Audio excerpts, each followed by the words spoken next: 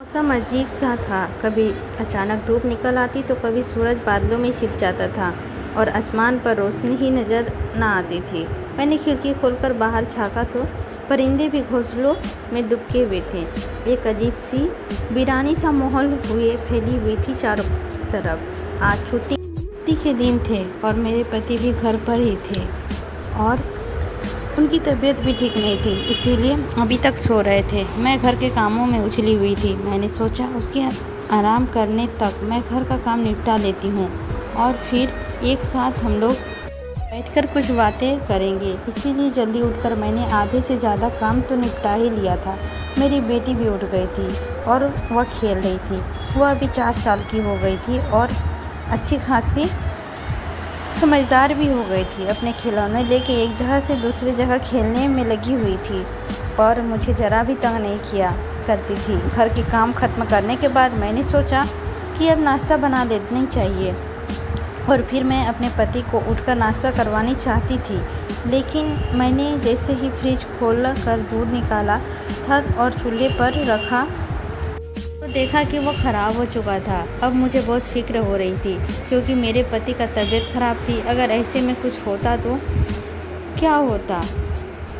वह फ़ौरन से दूध लेकर आ जाते हैं, लेकिन अब मुझे ही कुछ करना था। इसीलिए मैंने सोचा क्यों ना मार्केट से जाके दूध के साथ कुछ ज़रूरी चीज़ें भी ले आऊँ और फिर आकर नाश्ता बनाऊँ। अपने पति को उठा वैसे तो मेरी बेटी बिल्कुल भी तंग नहीं करती। अगर मैं उसे छोड़कर जाती हूँ तो वो अपने खिलौने में ही उलझी रहती है। मैंने सब सोच लिया था, लेकिन मेरा दिल कह रहा था कि मुझे नहीं जाना चाहिए और पति का उठने का इंतज़ार कर के ही घर से निकलना चाहिए, नहीं तो वो परेशान हो जाएंगे। फिर दिल कह रहा था कि नहीं, मेरे पति को उठना चाहिए, इसके बाद ही जाना चाहिए। मुझे खुद ही बाज़ार जाना चाहिए या नहीं पता नहीं। पति को परेशान नहीं करना चाहिए। मैं ऐसे कश्मकश में थी ना। मेरी बेटी ने मुझे परेशान देखकर पूछा, अम्मा आप क्या सोच रही हो? मैंने उनसे कहा कि मैं बाज़ार जा रही हूँ, तुम अपना ध्यान रखना, मैं अभी 10 मिनट में आ जाऊँगी। किसी के लिए भी दरवाज़ा मत खोलना और दूसरे को कमरे में जाना भी नहीं। शोर बिल्कुल मत करना ताकि पापा उठ जाएंगे। उसने मेरी बात सुन ली और समझ ली और दूसरे कमरे में चली गई। अब मुझे भी थोड़ा सा अच्छा लगा, इसीलिए मैं बाज़ार की तरफ निकल गई थी। मैंने सोचा था कि मैं करीब से ही सौदा लेकर घर जल्दी से पहुंच जाऊंगी, लेकिन मैं यह भूल गई थी कि छुट्टी वाला दिन था तो दुकानें भी देर से ही खुलेंगी। अब तो करीबी मार्केट ही थे, लेकिन आधी से ज़्यादा दुकानें बंद थी और मेरे मतलब चीज़ें भी वहाँ मौजूद नहीं थी। इसीलिए मुझे थोड़ा सा दूर पैदल चलकर जाना पड़ा। इसी में मेरे ख्याल में पूरे 30 मिनट से ज़्यादा लग गए थे और अब मेरे मन अजीब तरह से ख्याल आ चुके थे कि कहीं मेरी बेटी ने खुद को कुछ लगा ना लिया हो, कहीं मेरी बेटी कुछ नुकसान ना कर दिया हो। मुझे बेहद पसीने आने लगे थे, जिसे मैं बार बार पास मौजूद रुमाल से साफ़ करती और जल्दी जल्दी सारी चीज़ें लेती हुई। तकरीबन 1 घंटा हो गया था। मेरे दिल की हालत अजीब सी हो रही थी। मेरा दिल मुझे बार बार कह रहा था कि तुम अपनी बेटी को यहाँ अकेले छोड़कर मत आना। मेरा दिल बेहद घबरा रहा था क्योंकि वो बच्ची थी, अभी वो उतना समझदार नहीं थी। मैं तेज़ कदम उठाती हुई अपने घर की तरफ बढ़ रही थी, यहाँ तक कि मेरी ब्लीडिंग भी आना शुरू हो गई थी। हम लोग अपार्टमेंट में रहते थे। जल्दी जल्दी सीढ़ियाँ चढ़कर मैंने जैसे ही लॉक की चाबी घुमाकर दरवाज़ा खोला ना, तो मेरे हाथ का सारा सामान छूटकर ज़मीन पर गिर गई थी। मुझे उसकी कोई परवाह नहीं थी। मैं भागकर अंदर गई थी। मेरा दिल मुझे बार बार कह रहा था कि ऐसा नहीं करना चाहिए, मुझे उसे अकेले छोड़ना नहीं चाहिए, लेकिन पता नहीं, मैंने इस 4 साल का बच्ची को कभी अकेला नहीं छोड़ा था। आज कैसे छोड़ दिया था। मैं भागकर अंदर गई थी तो कमरे का मंजर देखकर मेरे पैरों तले ज़मीन खिसक गई थी। मैंने दीवार को थामा और खुद को संभालने की पूरी तरह कोशिश की, लेकिन सामने का मंजर बहुत ही खतरनाक था। मुझे लगा कि मैं अब अगला सांस भी नहीं ले पाऊंगी। मेरा नाम महिमा है। मैं माँ बाप की इकलौती बेटी हूँ और मेरे बड़े 2 भाई हैं। मैं उन सब की लाडली हूँ। उन्होंने मुझे बड़ी नाज़ों से पाला था। मैंने अपने ख़ानदान की लड़की से सबसे ज़्यादा शिक्षित हसीन भी थी और यूनिवर्सिटी तक केवल पढ़ाई की थी और घर वालों की आंखों की भी मैं तारा थी। उन्होंने यूनिवर्सिटी तक मुझे खूब अच्छे से पढ़ाया लिखाया। इस बात को मैंने कभी भी गलत फ़ायदा नहीं उठाया था। यहाँ तक कि बहुत सारे लड़के मेरी तरफ बढ़े भी थे, लेकिन मैंने उन सबको वहीं पर रोक दिया था। मैं अपने घर वालों पर भरोसा कभी भी नहीं तोड़ना चाहती थी। उन्होंने उस पर भरोसा रखा, उनको कायम भी रखना चाहा था। मैं बहुत खूबसूरत थी, लेकिन मैंने इस खूबसूरती को कभी भी किसी हाथों में नहीं सौंपा था। लेकिन ज़िंदगी कभी कभी ऐसे इम्तिहान लेती है ना कि आप पीछे मुड़कर भी नहीं देखते। हमें समझ आती है कि यह इम्तिहान तो बिल्कुल अचानक होती है और इंसान को हर इम्तिहान के लिए तैयार रहना चाहिए। मेरे साथ भी कुछ ऐसे ही हुआ था। मैं यूनिवर्सिटी में अपनी पढ़ाई पूरी कर चुकी थी और घर पर रिजल्ट का इंतज़ार कर रही थी। घर के कामों में मम्मी का हाथ बटाती थी और घर पर के लिए ही रहती थी। मेरी मम्मी मेरे लिए रिश्ते ढूंढ रही थी, जबकि मैं उन्हें मना कर रही थी। मुझे तो अभी आपके साथ बहुत वक्त गुजारना है, बहुत सारी बातें करनी है। शादी तो बाद में भी होगी ही। उन्हीं दिनों मेरे नंबर पर कॉल आने लगी थी। मैं इसे इग्नोर कर के थक गई थी, यहाँ तक कि तंग आकर एक दिन मैं फ़ोन का रिसीव भी नहीं किया और कि फिर भी मेरा पीछा नहीं छोड़ा था। हमेशा कॉल करता और हमें परेशान करते रहता। कभी भूल से यदि फ़ोन रिसीव भी हो जाती ना, तो मैं उसे बहुत बुरा वाला सुनाई करती थी, लेकिन फिर भी उसने कॉल करना नहीं छोड़ा था। लेकिन उसने फिर भी मेरा पीछा छोड़ा ही नहीं था। यहाँ तक कि हमारी थोड़ी सी बातचीत होने भी लगी थी। मैंने उससे अपनी बातें सुनाती थी, वह मेरी बातें सुनता था जैसे मुंह के फूल झड़ रहे हो। मुझे तो बहुत गुस्सा आता था, उसे मुझ पर प्यार आता था। इसी नोक-झोंक के दरमियान हम दोनों एक दूसरे के करीब आ गए थे। हालांकि हमने एक दूसरे को कभी देखा नहीं था, ना हमने एक दूसरे को देखने की ख्वाहिश भी थी। हमारे ताल्लुकात कुछ महीने से ज़्यादा हो चुके थे और हम एक जान से 2 शरीर हो चुके थे। मैंने यह बातें अपने घर वालों से छुपाए थे, क्योंकि मैं घर के लड़कों से हुई दोस्ती कोई अच्छी बात नहीं होती, लेकिन फिर भी दिल उसकी तरफ घूमता था। मैंने बहुत बार कोशिश की थी कि अपना पीछा उससे छुड़ा लूँ, लेकिन ऐसा नहीं कर सकती थी। हर बार पीछा छुड़ाने पर एक नई नंबर पर फ़ोन कर देता था और फिर मजबूर होकर दोबारा उससे बात करनी ही पड़ती थी। मुझे समझ नहीं आ रहा था कि वह ऐसी बातों पे ऐसा जादू क्यों कर रहा था। यूनिवर्सिटी में तो हज़ारों लड़के के होने के बावजूद भी मैं ऐसा कोई कदम नहीं उठाया था, लेकिन उसकी बातों में आकर मैं सिर्फ ऐसे बातें करने लगी थी, बल्कि अब मैं उसके बगैर गुजारा ही नहीं होता था। एक दिन भी गुजर रहे थे, एक तो अजीब सा महसूस होता था और रहा नहीं जाता था। अचानक से एक दिन उसने मुझसे एक अजीब फरमाइश कर दी और मैंने फ़ौरन से इनकार कर दिया, लेकिन उसका जिद बढ़ता जा रहा था। वह मुझसे मिलने के लिए कह रहा था। वह मुझे अपना नाम रोहन बताया था। पहले तो मैंने साफ इनकार कर दिया था, लेकिन फिर भी मैंने सिर्फ एक शर्त पर मिलने की हामी भर दी थी। ना वह अकेला होगा और ना मैं अकेली रहूँगी। हालांकि मेरे साथ जाने वाला कोई नहीं था, लेकिन मैंने अपने दिमाग पर यह बात बता दी कि मैं अकेले नहीं जाऊँगी। उसने मुझे बताया था कि मैं वहाँ पर चली आई थी और यही मेरी ज़िंदगी की सबसे बड़ी गलती थी। मैंने बिल्कुल भी अपने दिमाग से काम नहीं किया था और दिल की बात सुनकर यहाँ तक चली आई थी। मुझे पता नहीं था कि आगे ज़िंदगी में क्या कुछ बर्दाश्त करना पड़ेगा। उसने अपना चेहरा छुपाए हुए था, न जाने क्यों मुझे किसी अनहोनी का एहसास हो रहा था। मैंने उसे बताया था कि मेरी सहेली बाहर मौजूद है, जबकि अंदर मैं अकेली आई थी और बाहर कोई भी मौजूद नहीं था। मैंने झूठ बोला था, जबकि उसने भी अपना चेहरा छुपाए हुए था और मैं भी अपना चेहरा दुपट्टे में बांधी थी। हम दोनों ने एक दूसरे को देखा तक नहीं था, यहाँ तक कि बिल्कुल करीब होकर भी हम नहीं देख सके थे। फिर उसने मेरी इज्जत की धज्जियाँ उड़ा दी। मुझे मालूम नहीं था कि मेरा पहला भरोसा किसी मर्द पर इतनी गहराइयों में गिरा देगा। मैं लूटी पुटी अपनी इज्जत अपने हाथ से गंवा रही कर घर आई थी। अपने साथ होने वाले इतने बड़े हादसे को किसी को खबर भी ना होने दी थी और भगवान से माफ़ी मांगने लगी थी। मैंने माँ बाप के भरोसे को ठेस पहुँचाई थी, जिसका नतीजा मुझे भुगतना पड़ा है। अब मेरी बेटी की सुरक्षा की जिम्मेवारी मेरा भी है। आइंदा मुझसे भी दूर रहे। हमारे रिश्ते में एक बहुत बड़ी दरार आ गई थी और मुझे पता नहीं था कि यह दरार क्या रंग लेकर आई है। मैं नहीं जानती थी कि यह दरार मेरे अतीत के सामने लाकर खड़ा कर देगी और एक ऐसा राज का पर्दाफाश करेगी जिसके बाद मुझे अपनी ज़िंदगी के बारे में फैसला लेना मुश्किल ही हो जाएगा। मम्मी ने मेरे लिए बहुत से रिश्ते देख रखे थे, किसी को मैं पसंद नहीं थी और कोई मेरा माँ बाप को पसंद नहीं आता था।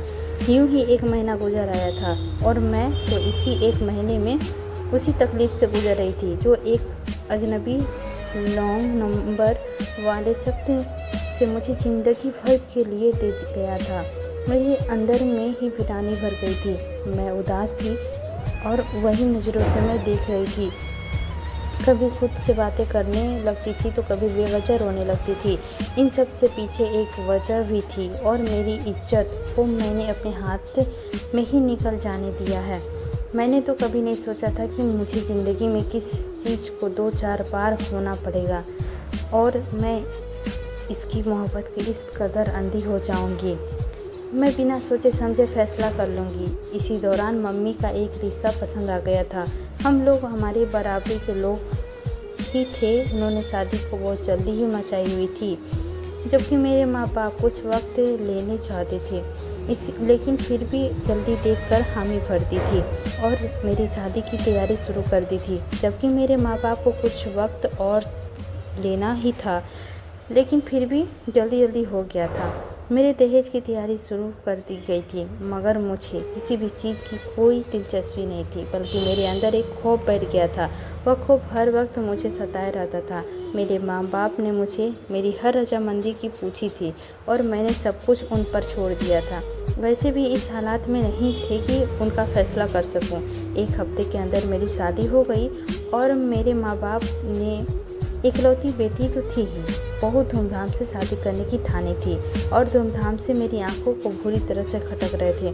पछतावे मेरा शादी पीछा नहीं छोड़ रहा था और मैंने शादी के लिए कोई भी फंक्शन दिल से इंजॉय नहीं किया था, क्योंकि मेरे सर पर एक बहुत बड़ा फिक्र मंडरा रहा था। मेहंदी वाला दिन था। सब लोग जाकर अपने अपने रूम में शिफ्ट हुए थे। इसी दौरान मुझे बेपनाह घबराहट महसूस हो रही थी। यह क्या पिछले 2-3 दिन से हो रहा था, मैंने ध्यान ही नहीं दिया था। हालांकि मुझे फ़ौरन ध्यान देना चाहिए था। मुझे बेतसा चक्कर आ रहा था और अचानक से उल्टियाँ भी महसूस हो रही थी। मैं भागकर वॉशरूम में गई और मेरे हाथ उड़ गए। जो प्रार्थना मैं पिछले 1 महीने से भगवान से मांग रही थी वह पूरी तरह से अच्छी नहीं हुई। मैं वही वॉशरूम में फर्श पर बैठी चली गई थी। बाहर मम्मी परेशान खड़ी दरवाज़ा बजा रही थी कि सब ठीक तो है, क्योंकि मैं अचानक उठकर भागी थी वहाँ से। अगले गले में मौजूद आंसुओं को रोते हुए मैं उठ गई और मम्मी को बस इतना कह दिया कि कल रात को बाहर खाना खाया था, इसी वजह से शायद फूड पॉइजनिंग हो गया है। आप मुझे दवाई दे दें, क्योंकि मुझे घर की दवाई दे दी थी।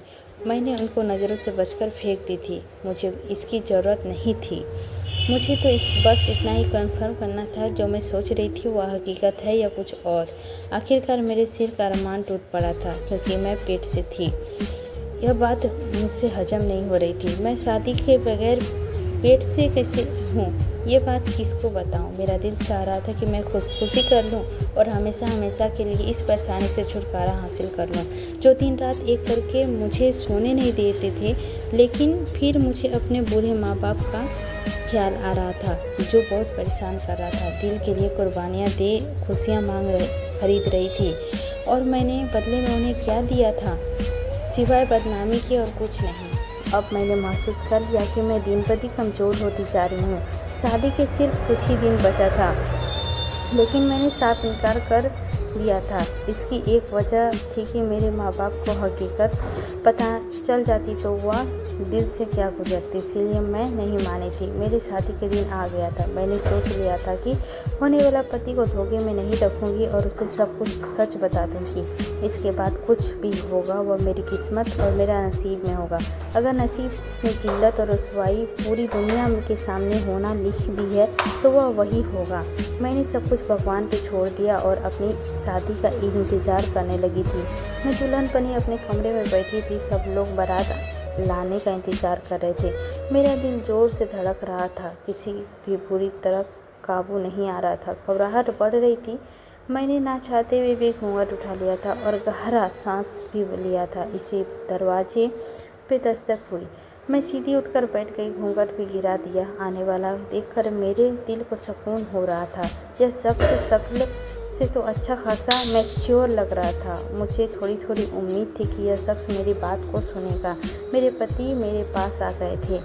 उन्होंने मेरे हाथों में कंगन पहनाने के लिए। मैंने अपना घूंघट हटा दिया था और फिर उनके कदमों में गिर गई। वो मेरे अचानक ये बिहेवियर देखकर घबरा कर पीछे हट गए। मैंने उनके पाँव पकड़ लिए थे और फूट फूट कर रो रही थी। उन्होंने मुझे दोबारा से सहारा देकर पलंग पर बैठाया था और फिर मैंने खूब रोने के बाद मुझसे पूछा, आखिर बात क्या है। मैंने रोते हुए उन्हें बता दी थी कि आखिर मैं यह क्या कहा था। अब आपका फैसला होगा, मुझे मंजूर है होगा। अगर आप मुझे तलाक देना चाहते हैं तो मुझे तलाक दे दीजिए।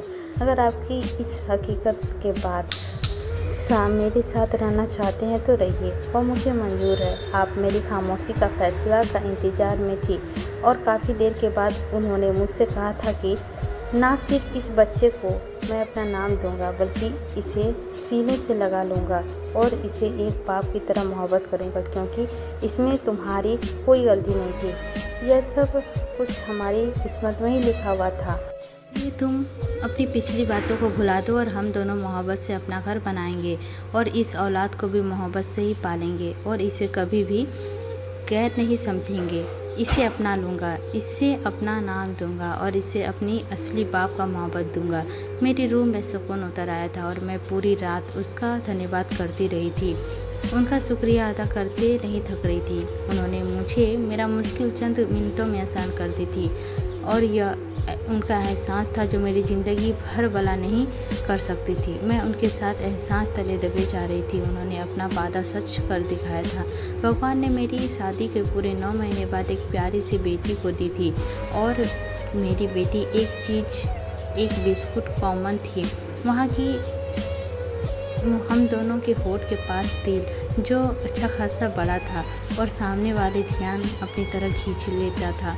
उन दोनों को इस तरह मिलती झलक पर मुझे इम्तिहान हो गया था कि वाकई उन्होंने मेरी औलाद को अपना नाम देने का इरादा किया था, तो भगवान ने भी उनके अंदर कोई इनकी झलक पैदा कर दी थी। उनका बहुत ख्याल रखते हुए उनकी बहुत मोहब्बत करते थे और बहुत भी एहसास ही नहीं होने दिया था कि उनकी बेटी नहीं थी, बल्कि वह हमेशा हमारी बेटी कहकर पुकारते थे। मैं इस बात के लिए हमेशा भगवान के बाद उनका धन्यवाद किया करती थी कि दुनिया में ऐसे लोग कहाँ मिलते हैं कि इतने निस्वार्थ होकर किसी और के औलाद को अपने सीने से लगा लें। मैं दोनों को देखकर जीती थी।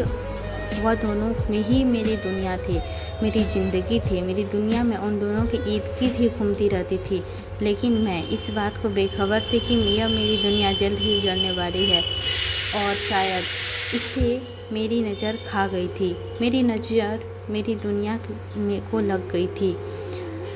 मुझे बिल्कुल भी उम्मीद नहीं था कि मेरी ज़िंदगी एक बार फिर बदल कर रह जाएगी। मुझे अपना ज़िंदगी में इस बात का सामना करना पड़ेगा। एक बार फिर मैं बुरी तरह फंस गई थी और कहीं कि ना निकलने का कोई रास्ता नज़र आ रहा था। मैं अपने पति को कह दिया था कि कुछ दिनों के लिए अपने मायके जा रही हूँ और मैं वहीं पर रहूँगी, इसीलिए मुझे तंग ना किया जाए, क्योंकि मैं जो हरकत उन्होंने किया था ना काबिले माफ़ी था।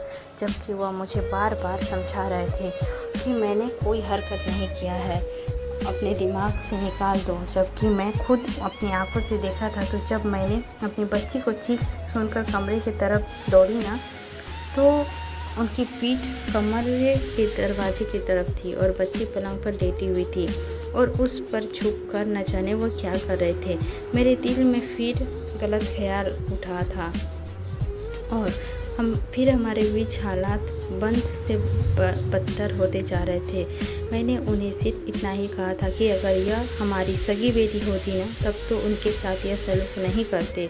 यह तो बर्दाश्त नहीं हुई थी। उन्होंने अपनी शादीशुदा ज़िंदगी में पहली बार हाथ उठाने की कोशिश की थी। उनका हाथ हवा में ही बुलंद रह गया था और उन्हें अपनी गलती का एहसास हो गया था। उन्होंने हाथ पीछे कर लिया और बिल्कुल खामोश हो गए और आखिर बात जो कही थी वह सिर्फ इतना ही कही थी कि मैं तुमको अपनी सफाई दे देकर थक चुका हूँ और मैं तुमसे कह रहा हूँ ना, मैंने उसके साथ कोई गलत हरकत नहीं किया है। काश वह इतनी समझदार होती कि मैं तुम्हें खुद ही बता देती कि पापा ने कुछ गलत नहीं किया है, बल्कि मैं तो उसका जख्म साफ कर रहा था। अब तुम्हें जो समझना है समझो।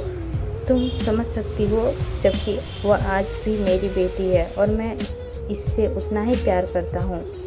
यकीन नहीं आ रहा है, लेकिन यकीन भी कैसे आता। वह उसकी सगी ना थी और उसकी सौतेली बेटी थी और सारे रास्ते जो मुझे ख्याल आ रहे थे ना, वह एक माँ का सिग्नल था।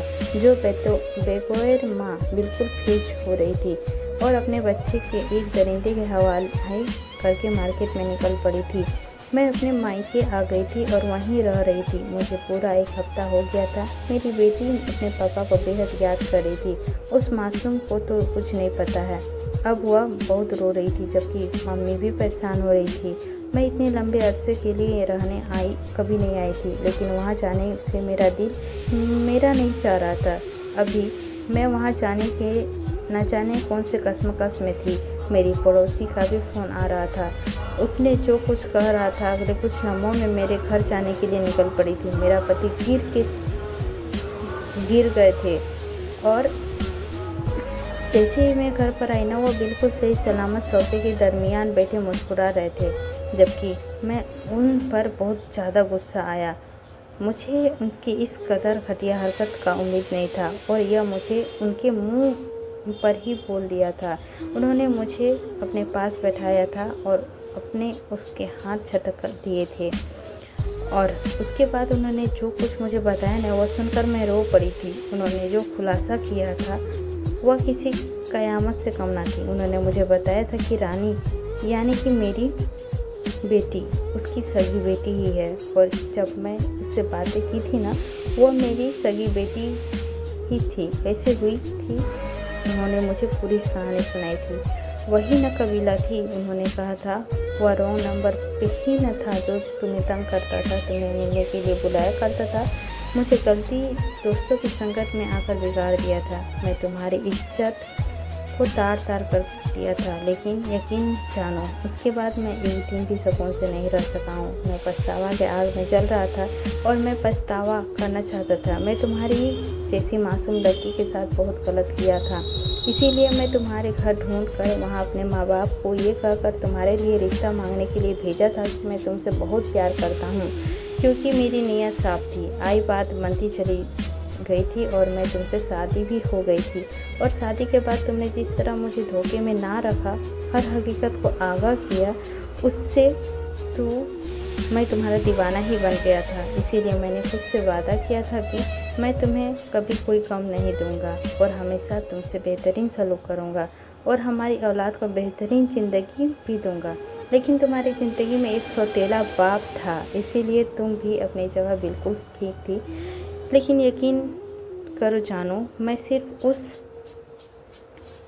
पर झुककर उसके कमरे में लगा जख्म रुई से साफ कर रहा था और कुछ भी न था। लेकिन शैतान को तुम्हें कौन और कुछ दिखाया था जो तुम देखना चाहती थी। जो ख्याल तुम्हारे मन में आ रहे थे वो पूरी तरह सच ना थे। वो खामोश हो गई थी और मैंने उनसे इतना पूछा था कि उन्होंने मुझसे यह हकीकत क्यों छुपाई। उन्होंने आगे हाथ जोड़ दिए, मेरे कदमों में गिर गए थे और कहा था मैंने तुमसे इस बात की माफ़ी मांग ली थी और मैंने अपने तौर का फ़र्ज भी अदा कर पूरी कोशिश की थी। अब मैं फैसला तुम पर छोड़ता हूँ कि इन 4 सालों में जो अपना फ़र्ज़ अदा कर पाया हूँ या नहीं। वो हाथ जोड़कर नज़रें झुकाए मेरा जवाब सुनने के ख्वाहिशमंद था।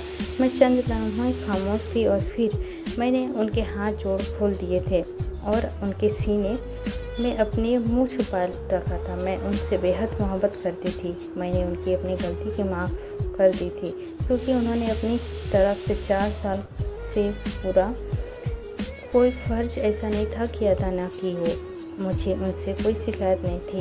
हमारी बेटी अब दोनों को देखकर मुस्कुरा रही थी और भागकर अपने पापा के पास आई। हम दोनों की गोद में चढ़ गई और मुस्कुरा भी रही थी। दोस्तों, आप लोगों से उम्मीद करती हूँ कि यह कहानी आप लोगों को पसंद आई होगी तो लाइक करें, चैनल पर नए होंगे तो सब्सक्राइब करें और अगले वीडियो के लिए नोटिफिकेशन ऑन कर लें ताकि जब भी मैं स्टोरी वाला वीडियो आप लोगों से शेयर करूं तो सबसे पहले आप लोगों के पास पहुंचे, ये कहानी आप लोगों को सुनने को मिले। तो आई होप दोस्तों आप लोग सब्सक्राइब तो करना बिल्कुल नहीं भूलिएगा। मिलती हूँ कल का वीडियो में, स्टोरी वीडियो में, और लेती हूँ आप लोगों से विदा।